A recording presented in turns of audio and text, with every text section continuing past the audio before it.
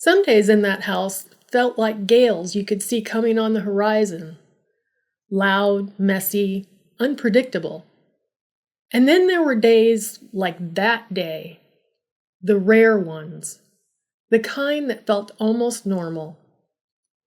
Tess and I were sitting at the scarred old kitchen table, the one with the wobbly leg propped up by a folded matchbook, pretending we weren't absolutely starving. The house was quiet for once. No strangers drifting in and out. No chaos rolling through the rooms like bad weather. Just the two of us and a pot of water that refused to boil fast enough. On the counter sat a familiar blue box of macaroni and cheese, our grand plan for the afternoon. Gourmet cuisine by our standards. Outside, the summer air was warm and dusky, sneaking in through the open screen door. You could hear the neighborhood doing its usual soundtrack. A dog barking 3 houses down, a car passing too fast on the street, somebody's radio playing tinny old rock somewhere in the distance. And underneath all of that was the sound we were really waiting for, the sound of the cable guy's truck. Because MTV was coming. For weeks, Tess had been talking about it like it was a miracle arriving by appointment. Music videos, 24 hours a day. No more fuzzy antenna channels. No more watching the same sitcom reruns like prisoners of public television. We were about to join the modern world, and we were ridiculously excited about it. But first, lunch. The pot finally started bubbling, and Tess dumped the noodles in with a dramatic flourish like she was a TV chef. Bam! She stirred with the only thing we could find that resembled a utensil. A big plastic serving spoon with a melted edge from some long-ago encounter with the stove. 5 minutes, she announced. Gourmet dining in 5 minutes. I leaned back in the chair and looked around the kitchen. It was the usual disaster. Plates stacked like a leaning tower in the sink, mismatched cups with a mystery residue at the bottom. Ugh. A fork stuck to the counter by something that had probably once been syrup. Do we even have bowls? I asked. Tess opened a cabinet, stared inside, then closed it again like she had seen something upsetting. Define have. We both started laughing because the answer was obvious. There were no clean bowls, no clean plates, not even 2 decent forks that matched. The timer dinged. Well, actually, it didn't ding because there was no timer. Tess just decided 5 minutes had passed based on vibes alone. She drained the noodles in a chipped colander and dumped them back into the pot. Then came the sacred orange powder. She tore open the packet like she was unveiling treasure and poured it in, followed by a splash of milk that might have been questionable and a chunk of butter that definitely was. The smell filled the kitchen. Salty, cheesy, comforting. The kind of smell that makes you forget, just for a minute, that life outside the room is complicated. We stood there, just staring into the pot. Okay, I said. Minor problem. Minor? Tess said. We have no dishes, no forks, and 1 spoon that looks like it survived a war. She stirred the macaroni slowly, thick ribbons of bright orange clinging to the plastic. We looked at each other. Now what? That's when something snapped in Tess's brain. I saw it happen in real time.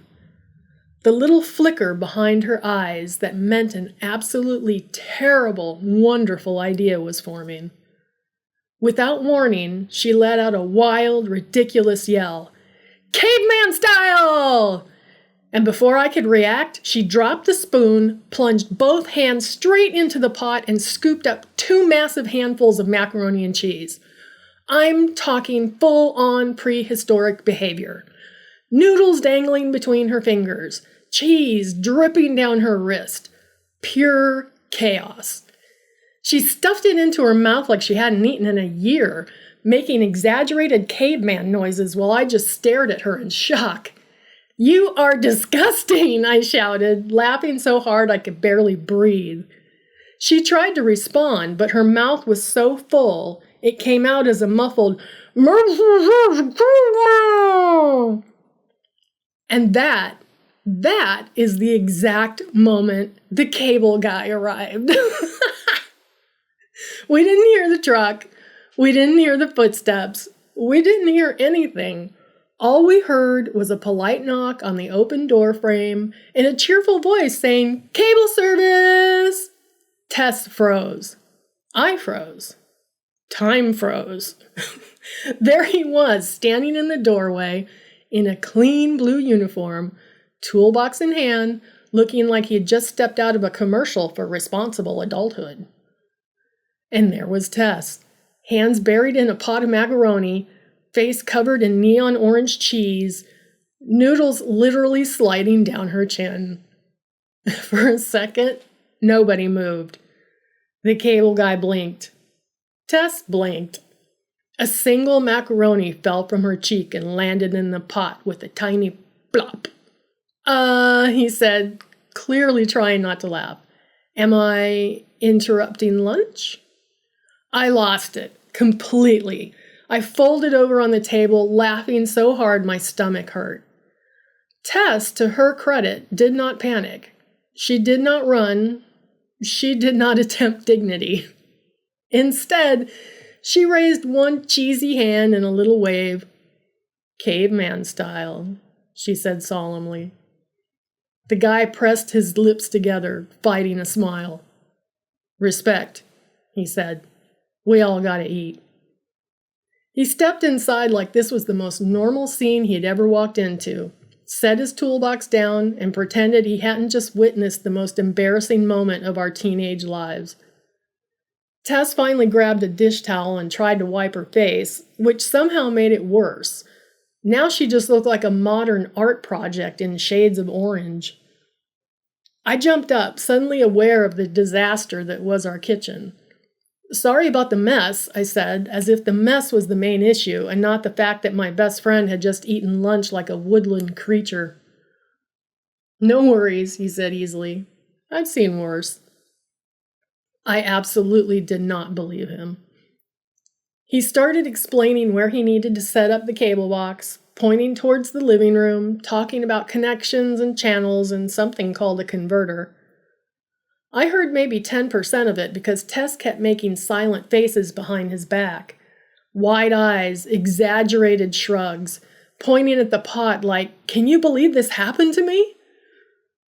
The cable guy crouched by the TV, hooking up wires while we hovered awkwardly nearby, suddenly very aware that we were two messy teenage girls in a messy teenage house pretending to be civilized humans. Every few minutes he'd glance over at Tess, trying not to grin. Finally, he said, "So, MTV, huh? Big day." "The biggest," Tess said, way too serious for someone with a little bit of cheese still in her hair. He flipped a switch and the screen flickered to life. Bright colors, loud music, some band I didn't recognize dancing across the room like a portal to another universe. We gasped like we had just witnessed magic. "Welcome to the future," he said. For the next 20 minutes, he finished the installation while Tess and I sat cross-legged on the floor watching video after video, completely hypnotized. The house felt different with music pouring through it. Lighter somehow, less heavy than usual. When he finally packed up his tools, he paused at the door. "Enjoy the macaroni," he said with a grin. Tess gave him a thumbs up. "Caveman style forever." He laughed and disappeared out into the bright afternoon. The truck drove away. The house fell quiet again except for the hum of MTV. Tess and I looked at each other, and immediately dissolved into hysterics all over again. "I can never recover from this," she said. "He will tell stories about me for the rest of his life." "Legend of the Wild Macaroni Girl," I said. We ended up eating the rest with the melted spoon, sitting on the floor, watching music videos like nothing embarrassing had ever happened. And for a few hours, that house didn't feel like a crash pad or a waiting room for trouble. It just felt like two girls, a ridiculous memory, and a brand new channel full of songs we'd someday remember as the soundtrack to being young. No storms, no chaos, just macaroni, laughter, and the cutest cable guy in Southern California getting way more than he bargained for. Some days are disasters, and some days, if you're lucky, are Caveman Style.